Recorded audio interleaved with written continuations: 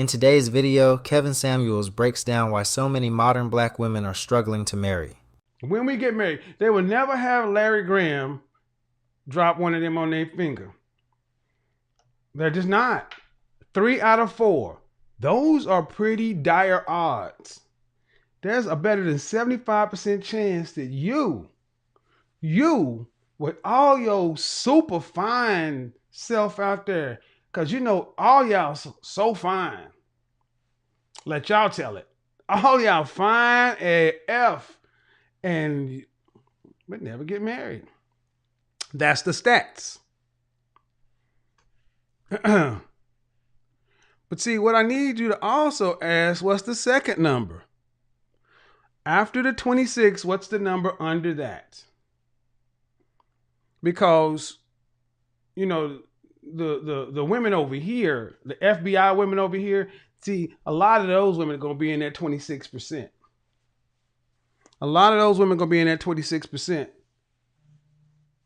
I got bleeping and teeping. What's going on? What's up, Cargill? What's the next number? Come on, somebody type the next number for me. The next number is 80. Miss Fancy, 80. Tony, 80. Candace, 80. 80, 80, 80, 80, 80. Well, 26 relates to the amount of the percentage of black women that will marry in their lifetime. But here's something. That 80%, that 80 is the percentage of black women who file for divorce for their husbands. What? Yeah, 80%. You remember that 26% number? Well, of that 26% of black women that get married, 8 out of 10 of them are running away from their husbands. And they're running away like this. They're running away. Well, they're running away like that lady on that picture, right? They're running away like this. Filing for divorce at a higher rate than the unmarried rate. Ooh, if 74% of black women will never get married, but 80% of married black women are divorcing, you got to ask yourself a question. If you are the lowest number married and you are filing divorce at the highest rates in the world,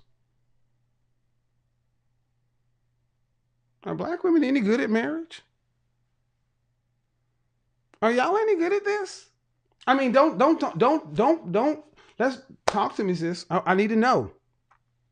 Because if you're one of the 4, if you're one of the 1 out of 4 that does get married, you would think you wouldn't want to be leaving at a rate of 80%.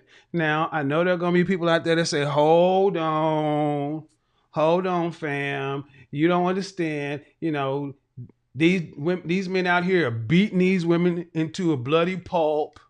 They over here, you know, just all kind of stuff. Because you hear about ebony women who are being pew-pewed by their men all the time. They're just being off by their men because, you know,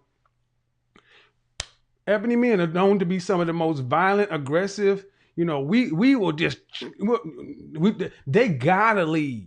They gotta leave because if they don't, they are fear for their safety. Or it's because these dudes out here making babies all over the place and having kids left and right, cheating and adulterous and just so bad. But the stats say, you know, 28% of black men in relationships cheat. But then it says 24% of black women cheat. So the numbers on infidelity in black men and black women are neck and neck. So, you know, numbers are a tricky thing. So even if we say, okay, granted, let's just give you 50%. Let's say 50% of all divorces filed, initiated by women, black women in this case, are for justified cause that no one in the world could say, there's no reason you shouldn't be doing that. That still means 4 out of 10 marriages, women are leaving. See, what the world tries to tell men is it's you is the reason why there are no marriages. Women want to get married. They want relationship. And it's y'all that are hold up. That's the world I grew up in. That's what I was told.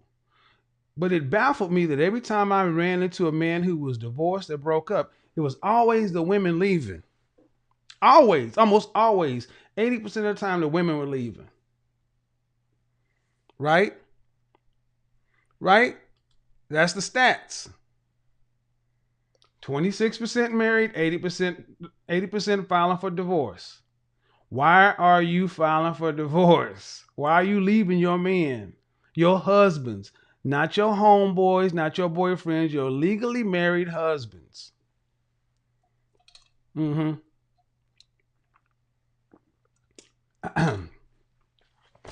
70 is the next number. 70 is the next number. Anybody want to know what 70 relates to? Marriage is expensive. No, it's not, Evan. You just broke. Marriage ain't expensive. Marriage is inexpensive. Don't come in here talking crazy. Don't come in here showing that you broke, man. God, Evan, don't just be broke. Don't tip your hand and let the world know you broke. Saying marriage is expensive. 70. 70, 70, 70. 70 is relates to the years ago that the average 5, 6, and 7 woman would have been somebody's wife. See, all you women out there who are average and above average, see, in the way I allow women to rank themselves, people to rank themselves in my business, there is no number 7. And I will tell you why. Remember last night's show? That's why. Below average people always rank themselves at 7. Above average, yeah, that's right.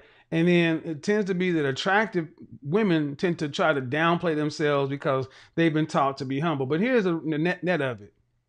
70 years ago, a lot of you women like those women last night, you'd have been married to somebody by now. I said this on Instagram earlier today. All these women out here who are 4s, 5s, and 6s, 70, 80 years ago, you'd have been married to a guy who's a 4, 5, 6, 7. And y'all have just had some 4, 5, 6, or 7 children.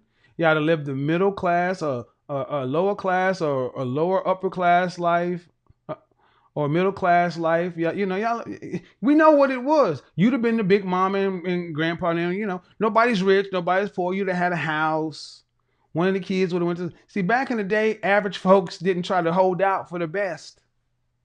Didn't try to hold out like that lady last night, thinking she was gonna get a what did you think you were gonna get, ma'am? Sharon Leo. With the humps and the bump and the braguettes and all that. Really thought she was just a dime piece. 7, no, 4. But 70 years ago, you couldn't have been this. You couldn't have held out that long. You would have gone ahead and made the choice. See, today we call it settle. No, I'm not going to call it settle. 70 years ago, you'd have just acted on reality. The reality saying, I look in the mirror. I'm average at best. Who am I kidding? I'm not going to get a millionaire husband. I'm going to get a guy who worked down at the plant. What are we talking about? 70 years ago, 750 people in this chat room. 500 of y'all would have been off married somewhere for years. Remember when Gigi called in yesterday talking about, all the white men that were married? And I said, what age, when they married? 70% of them married in their 20s and 30s. There you go. And the last number is 7. I think 7 relates to the eternal sevens. I have this theory called the eternal sevens. Follow me now. On a scale of 1 to 10, men rank women differently than women rank themselves. Yesterday was a great indication. But no matter what, the 8s, 9s, and 10s are pretty, fine, and hot, smoking dime piece. Those get taken out of the system quick. They're gone by the age of 23. They're gone by 23. They're married by 25. And they're married and having a kid by 25. So what happens if the 8s, 9s, and 10s are gone? You got to take the 8s, 9s, and so if these are the 8s, 9s, and 10s, and these are the 7s and below, if you take the 8, 9s, and 10s away, 7 is now the new 8, 9, or 10. And when you've been looking up at the 8, 9s, and 10s, all of a sudden now this is gone. Now you're getting all the attention of those men.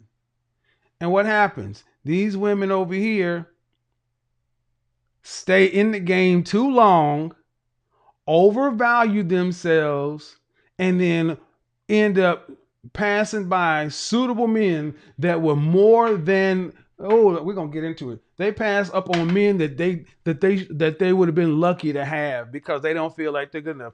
Here's the problem with a lot of these eternal 7 women. You think you're better than the men that come at you, when honestly, if 70 years ago, you'd have been happy to get the men that come at you. That's this whole thing about not settling. Well, that's why 26% of you are married, because you're holding out for a man that's better than you. You don't qualify for that man.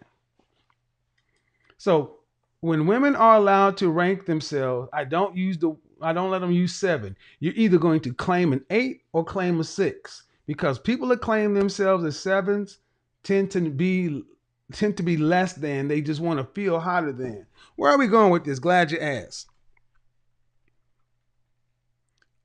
Are women good at marriage today? 26% married, 80% of those married women are filing for divorce. Those numbers make sense.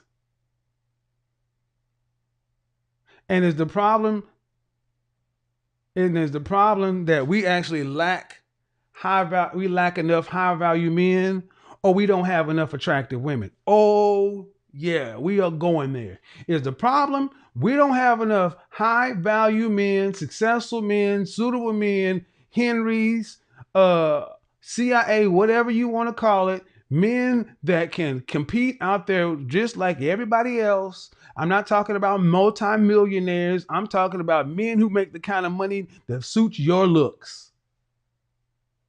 I said it. Men who make the kind of money that suits your looks. The average white man out here is making $50,000 a year, and an average white guy is married. The average black man is making $40,000 a year, and he's not. Is the problem we don't have enough high value men, or we don't have enough attractive women? And yeah, attractive. Means your face and your body. Nothing to do with your character, your degree, your money. No, none of that. Just, are you attractive? All that other stuff comes afterwards. What do we think? What do we think? I don't care if the light is weird. Deal with it, Negro. What do you think? Do you think we don't have? What is it? I want to hear from the folks. Do we have enough high value? Is it we need more high value men? Do we need more high value men, or do we need better looking women? I'm serious. I am dead serious. Do we need do we need higher value men? Is that the problem? How do we get that number from 26 up to 50? How do we double that? And then how do we get the divorce rate from 80%? And how do we get women from filing divorce at an 80% rate down to a 40% rate? What? At a 40% rate? Nah, man, you want to cut the divorce rates in half? Yeah. Because thank you, Supreme King Coon. See all you folks in the chat room talk about how marriage is going down in Western countries and feminism and this and that. Yeah. 2019, last year, marriage was at a 50-year high. 50-year high. Marriage last year